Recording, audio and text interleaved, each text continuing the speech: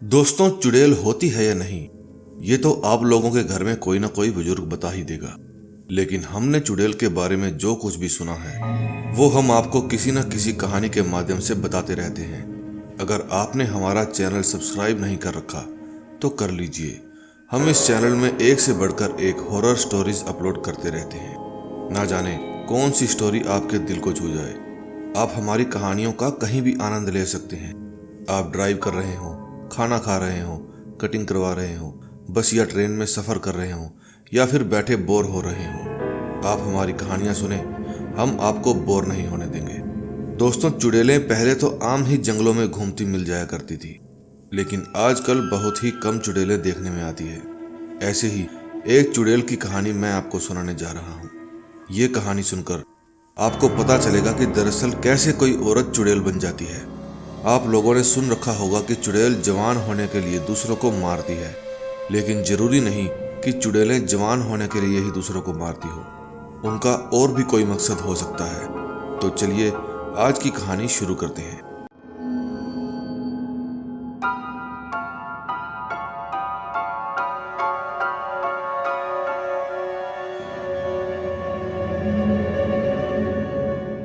पुराने समय की बात है। पालमपुर नाम की एक जगह है। उसी के पास एक गांव था जहां रमेश नाम का आदमी रहा करता था। रमेश पेशे से किसान था, लेकिन स्वभाव से वो दबंग टाइप का आदमी था। वो अपनी माँ की हर बात माना करता था। अपनी माँ का कहा कुछ भी टाला नहीं करता था। जब वो जवान हुआ तो उसकी माँ ने उसकी शादी माला नाम की लड़की से करवा दी। रमेश को वो लड़की बिल्कुल भी पसंद नहीं थी, लेकिन वो अपनी माँ का कहा टाल नहीं सकता था, इसलिए उसने माला से शादी कर ली। थोड़ा समय बीता, रमेश की माँ बीमार रहने लगी। फिर रमेश के घर एक बच्चे ने जन्म लिया और उसके कुछ दिन बाद रमेश की माँ चल बसी। अपनी माँ के मरने के बाद रमेश नशे में पड़ गया। उसने खेती करना भी बंद कर दिया, बस सारा दिन दारू के नशे में मस्त रहता था। अब वो किसी न किसी बात पर माला से झगड़ा भी करता रहता था, उसको पीटता था और उसको डांटने का कोई भी बहाना नहीं छोड़ता था। अब धीरे धीरे वो कंगाल होना शुरू हो गया। उसके जोड़े पैसे सब नशे में खत्म होने शुरू हो गए। माला को अब भी विश्वास था कि रमेश एक दिन जरूर बदल जाएगा, लेकिन ऐसा कुछ नहीं था। रमेश बात बात पर माला को पीटा करता था और अपने बच्चे से भी बिल्कुल प्यार नहीं करता था। एक दिन रमेश माला को आवाज लगाता है, माला, अरे माला, कहाँ मर गई? चल बाहर आ। माला बोली, जी क्या हुआ? सोनू को सुला रही थी, उसकी तबीयत खराब है। रमेश बोला, तुम्हें तो बस सोनू के बहाने आराम करना होता है।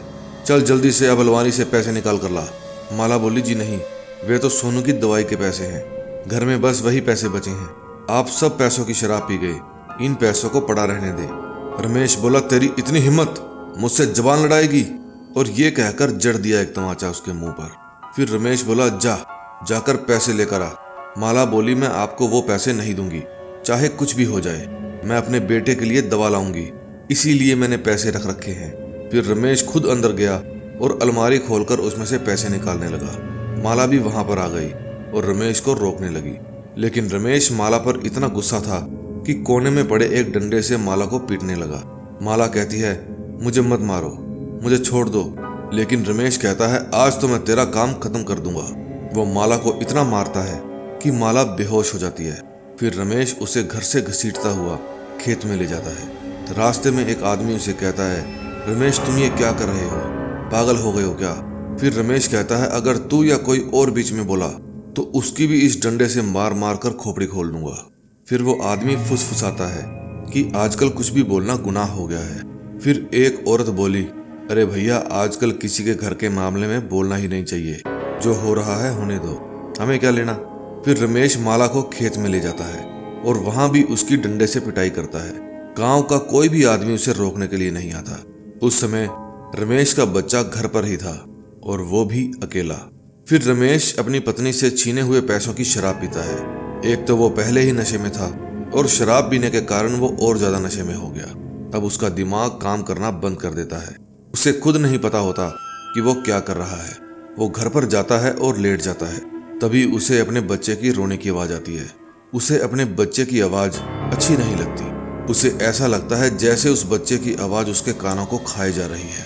फिर वो गुस्से में अपने बच्चे को उठाता है और खेत में जाकर अपनी पत्नी के पास फेंक देता है। उस समय माला अधमरी हालत में वहां पर पड़ी थी। उसके शरीर से बहुत खून बह रहा था और उसका बीमार बच्चा उसके बगल में पड़ा रो रहा था। कोई भी गांव वाला उसकी मदद करने के लिए वहां पर नहीं आया, क्योंकि सब रमेश से डरते थे। वे सोचते थे कि अगर उन्होंने माला की मदद की तो रमेश उनके साथ पता नहीं क्या करेगा। कुछ ही देर में वहां पर खून की खुशबू से चीलें इकट्ठा हो गई और माला के शरीर को नोच नोच कर खाने लगी। माला उस वक्त मरी नहीं थी, बल्कि जिंदा थी और अपनी धुंधली धुंधली आंखों से खुद को और अपने बच्चे को मरते हुए देख रही थी। चीलें उसके सामने ही उसके बच्चे को नोच नोच कर खा गई। उसकी आंखों के सामने ही उसका बेटा मारा जाता है। आप समझ सकते हैं उस वक्त उस माँ पर क्या गुजरी होगी। उसकी मदद करने के लिए उस समय कोई नहीं था। वहां मौत का नंगा नाच चल रहा था और चीलें उन दोनों माँ बेटों को नोच नोच कर खा जाती हैं।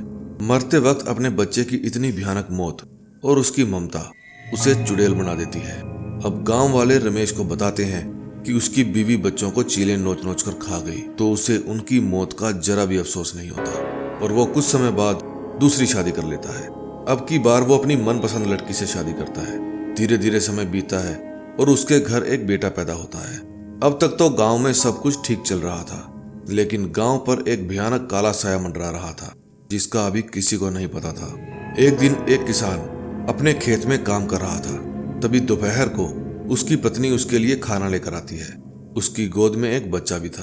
फिर वो अपने पति को खाना खाने के लिए बुलाती है और अपने 3 महीने के बच्चे को अपने पति के पास छोड़ देती है और कहती है, आप खाना खाओ, तब तक मैं थोड़े पालक काट लाती हूँ। वो किसान खाना खाता है और उसके बाद वो अपने बच्चे को वहां पर लिटाकर हाथ धोने चला जाता है। फिर उसे उसकी पत्नी की आवाज आती है कि वो औरत कौन है। तभी वो किसान पीछे मुड़कर देखता है तो अपने बेटे को एक औरत की गोद में पाता है। वो औरत उस समय फटे हाल थी। उसके शरीर पर गहरे जख्म, रंग काला और जख्मों से खून बह रहा था। उस औरत के पांव भी जमीन से 6 इंच ऊपर हवा में थे। फिर वो किसान गुस्से में आवाज लगाता है, कौन हो तुम? मेरे बेटे को वापस दो। लेकिन वो कोई और नहीं बल्कि माला थी, जो कि चुड़ैल बन चुकी थी। किसान और किसान की पत्नी दोनों ही चुड़ैल की तरफ भागते हैं, लेकिन वो चुड़ैल तेजी से खेतों के बीच में जाने लगती है। किसान और उसकी पत्नी भी तेजी से उसका पीछा करते हैं, लेकिन वो चुड़ैल उनका बच्चा लेकर बहुत दूर चली जाती है और गायब हो जाती है। अब बात पूरे गांव में पता चलती है। सभी को इस घटना से डर लग रहा था, क्योंकि ऐसी घटना आज से पहले कभी किसी ने नहीं सुनी थी। किसी को यह भी विश्वास नहीं था कि ये काम चुड़ैल का है, क्योंकि ये वारदात दिन में हुई थी और लोगों का मानना था कि चुड़ैल तो हमेशा रात को आती है। सभी ने उस किसान को ये कहकर हौसला दिया कि हम तुम्हारे बच्चे को ढूंढ लेंगे। अब कुछ दिन बीतते हैं। एक छोटा बच्चा एक घर के आंगन में चारपाई पर लेटा होता है और उसके साथ वाली चारपाई पर उसकी बूढ़ी दादी लेटी होती है। तभी वहां पर वही चुड़ैल आ जाती है और उस बच्चे को उठा लेती है।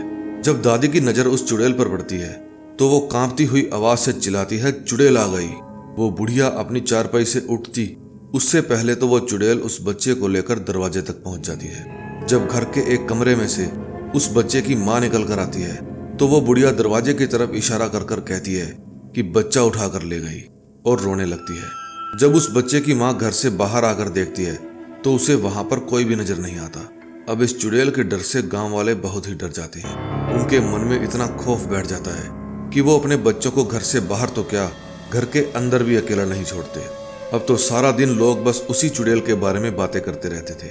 ये कैसी चुड़ैल है जो दिन में ही बच्चों को उठाकर ले जाती है?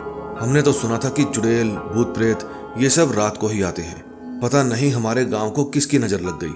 हमने तो आज से पहले कभी ऐसी घटना नहीं सुनी और ना ही कभी देखी। रमेश भी अपनी पत्नी से इस चुड़ैल के बारे में बात कर रहा होता है। पुष्पा, क्या तुम जानती हो गांव में चुड़ैल ने एक और बच्चे को उठा लिया है? पुष्पा कहती है, जी बिल्कुल। ना जाने किस किस के बच्चे पर उसकी नजर होगी। हमारा भी बच्चा अभी 4 महीने का ही है। मुझे तो बहुत ही डर लग रहा है। मैं अपने बच्चे को उस चुड़ैल की नजरों से कैसे बचाऊं? चुड़ैल की नजर बहुत तेज होती है, इसलिए मैं सारा दिन घर से बाहर नहीं निकलती और घर को अंदर से कुंडी लगा कर रखती हूँ। रमेश कहता है कि पुष्पा, तुम चिंता मत करो, मैं हूं ना। मेरे होते हुए बच्चे को कोई चुड़ैल नहीं छू सकती। चुड़ैल का पाला मुझसे नहीं पड़ेगा। अगर पड़ा तो मैं अपने हाथों से उसका गला दबाकर उसे मार दूंगा। दरअसल ये रमेश नहीं, उसका अहंकार बोल रहा था, क्योंकि उसने आज से पहले खुद से गरीब और खुद से कमजोर लोगों को ही पीटा था। इसलिए सब उसे दबंग समझकर उससे दूर ही रहते थे। अब एक हफ्ता बीत जाता है। गांव में सब कुछ शांत था। गर्मियों के दिन थे। जो लोग पहले गर्मी के कारण घरों से बाहर सोया करते थे, अब वे चुड़ैल के डर से या तो घर के अंदर या अपने घर की छत पर सोने लगे। रमेश, उसकी पत्नी और उसका बच्चा तीनों छत के ऊपर सो रहे थे। रमेश गहरी नींद में होता है, लेकिन उसकी पत्नी कच्ची नींद में होती है। तभी वो चुड़ैल वहां भी आ जाती है और रमेश के बच्चे को गोद में उठाकर जाने लगती है। इतने में रमेश की पत्नी की आंख खुल जाती है और जोर से चिल्लाती है, मेरा बच्चा। इतने में रमेश की भी आंख खुल जाती है और वो भी तेजी से उठकर खड़ा हो जाता है। फिर वो चिल्लाता है कि मेरे बच्चे को छोड़ दो। तभी चुड़ैल कहती है, मुझे इसी बच्चे का तो इंतजार था। फिर रमेश कहता है, हमने तुम्हारा क्या बिगाड़ा है जो तुम्हें इसी बच्चे का इंतजार था। चुड़ैल कहती है, तुम्हें इतना दुख हो रहा है तुम्हारी दूसरी संतान पर, क्या तुझे पहली संतान पर बिल्कुल भी तरस नहीं आया? मैंने अपनी आंखों से वो दर्दनाक दृश्य देखे हैं जो तुम कभी भी नहीं चाहोगे मैं इस बच्चे के साथ करूं, और कोई भी गांव वाला मेरी मदद के लिए नहीं आया। मुझे बस सबसे बदला लेना है। और ये कहते ही वो चुड़ैल छत से कूद जाती है। जब रमेश और उसकी पत्नी नीचे झांकते हैं तो वहां पर कोई नहीं होता। रमेश की पत्नी जोर जोर से रोने लगती है। फिर रमेश कहता है कि चाहे कुछ भी हो जाए, मैं अपने बच्चे को कहीं से भी ढूंढ कर लाऊंगा। फिर रमेश सारे गांव को इकट्ठा कर लेता है और कहता है कि हमें उस चुड़ैल को पकड़ना ही होगा। आखिर कब तक हमारे बच्चों को ऐसे घर में छुप कर रहना पड़ेगा? गांव वाले उस चुड़ैल को पकड़ने के लिए तैयार हो गए थे, लेकिन उनमें से एक बुजुर्ग कहता है, ऐसे में हम कर ही क्या सकते हैं? वो पल भर में तो गायब हो जाती है, चलते चलते हमारी आंखों के आगे से ओझल हो जाती है। अब रमेश और गांव वाले फैसला करते हैं कि वो इस गांव का और आसपास के सभी जंगलों का कोना कोना छान मारेंगे, लेकिन उस चुड़ैल को ढूंढ कर रहेंगे।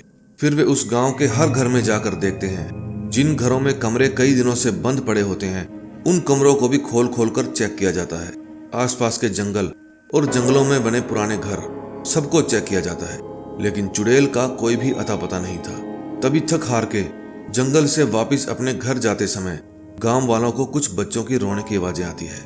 जब वे उस आवाज की तरफ जाते हैं, वे उसी खेत में से आ रही होती हैं जहां पर रमेश ने अपनी पत्नी और बच्चे को मारने के लिए छोड़ दिया था। आज तक उस चुड़ैल ने जितने भी बच्चे उठाए थे सभी वहां पर पड़े होते हैं। गांव वाले अपना अपना बच्चा उठाते हैं और अपने घर वापस आ जाते हैं, लेकिन उनमें रमेश का बच्चा नहीं था।